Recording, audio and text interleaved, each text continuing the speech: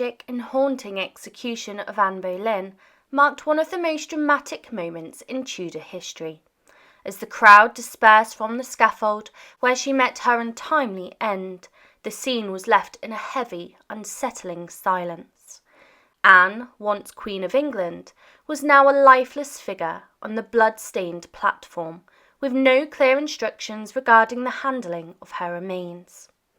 King Henry VIII, who had orchestrated her downfall with meticulous detail, left this crucial task undefined, adding a layer of confusion to an already somber event. This moment of indecision, along with the hurried and undignified arrangements that followed, underscored the swift and brutal reversal of Anne's fortunes. Once at the centre of England's royal court, she now faced an unnoble burial, a fate made even more poignant by the legacy that she left behind. In life, she had shaped the course of history, and in death, she was reduced to a hurried afterthought, her remains quietly interred in the Tower of London. Once the crowd of 1,000 onlookers dissolved into the London streets, leaving the execution grounds silent and still, Anne Boleyn's lifeless body remained on the bloodstained scaffold, untouched. Her head, cruelly severed by the expert stroke of a French swordsman, lay a few feet away, while crimson rivulets pooled and trickled through the cracks of the wooden platform, seeping into the soil below. The moment felt heavy, suspended in a strange limbo, as if time itself had frozen in uncertainty. No orders had been given regarding the treatment of her remains, and those that were present, having witnessed the king's former queen meet her tragic end, stood paralysed with indecision. This was an odd oversight. Henry VIII had meticulously dictated every detail of the grim event, the arrangement of the scaffold, the executioner's attire, even the sombre drapery that shrouded the platform. Every aspect of the procedure had been preordained with the precision expected of a king. Yet, inexplicably, there were no instructions concerning the fate of the woman who had once captured his heart so vehemently that he torn England from the purple grip and set the kingdom on an irreversible course of reform. Now, in the absence of clear directives, the air was thick with uncertainty and the weight of an unspoken question. What now? Time stretched on as the officers, servants, and courtiers exchanged uneasy glances. Surely someone would arrive with a royal decree, with word from the king or council on how to proceed. Yet silence persisted. The unease grew more palpable as the minutes ticked by, and the reality set in. There would be no message, no hurried footsteps or whispered orders. The king, perhaps deliberately, had left this final decision to others. It was likely Sir William Kingston, the constable of the Tower, who ultimately took action. The situation was growing increasingly uncomfortable, and something had to be done. Yet even this decision was fraught with difficulty. Anne had been the Queen of England, stripped of her title, but a queen nonetheless. There was no coffin at the ready, a stark reminder of the speed with which her fall from grace had been executed. But burying her in the bare earth seemed an unthinkable indignity, even for a woman convicted of treason and adultery. After some hurried discussion, an unusual solution presented itself. Recently, a shipment of bow staves had arrived at the Tower, intended for the king's forces in Ireland. Among the goods was a large wooden chest used for storage. It was simple, rough, and not at all befitting royalty, but it was the best available option. Better this than leaving her body exposed to the elements or interring it in haste without dignity. The chest was brought to the scaffold, somberly repurposed as a makeshift coffin. Meanwhile, Anne's body had already been prepared in a grim but customary manner. Stripped of her fine clothing, likely down to her simple linen shift, her garments had passed to the executioner as part of his payment, a macabre tradition. Everything else of hers, including the luxurious items and personal effects stored in her royal apartments, now belonged to Sir William Kingston. However, in an effort to maintain decorum, the council later intervened. They would pay Kingston a hefty sum of £100 to retrieve Anne's belongings, ensuring no gruesome mementos of the once beloved Queen would find their way into the hands of those eager for morbid souvenirs.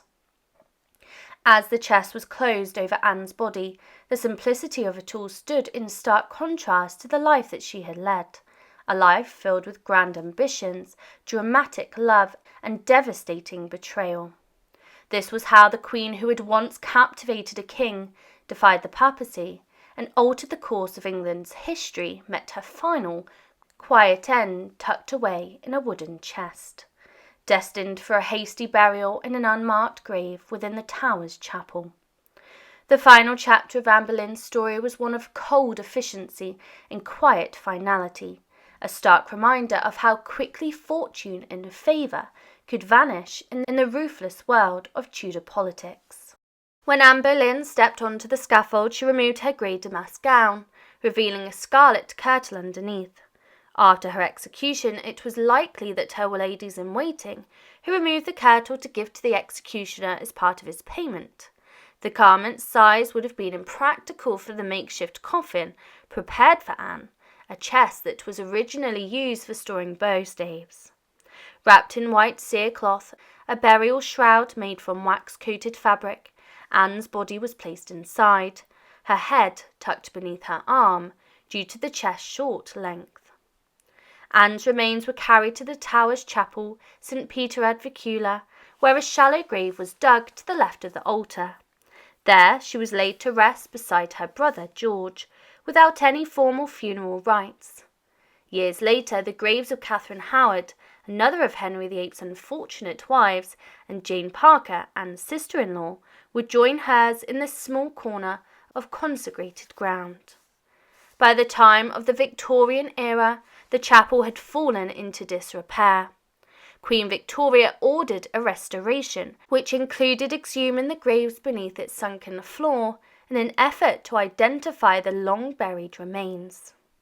The task proved far more complicated than anticipated, and records showed that the chapel had been used for centuries, not only for prisoners and staff of the Tower, but also for local residents.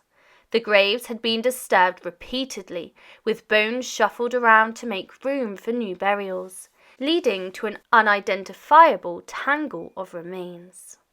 In some cases, coffins had to be deliberately broken, their contents scattered, leaving no way to determine who laid there. Despite the confusion, archaeologists believe they found Anne's remains near the supposed burial site, based on the delicate features of one skeleton. Described in the final report, the bones belonged to a woman of medium height, with a slender neck, rounded chest, and elegant hands and feet. Her skull was well formed, with a broad forehead and a strong, square chin.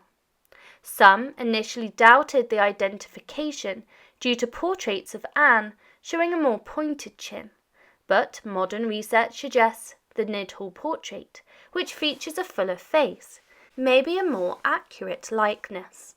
However, the age estimation between 25 and 30 led others to speculate that the remains could belong to Catherine Howard or Jane Parker.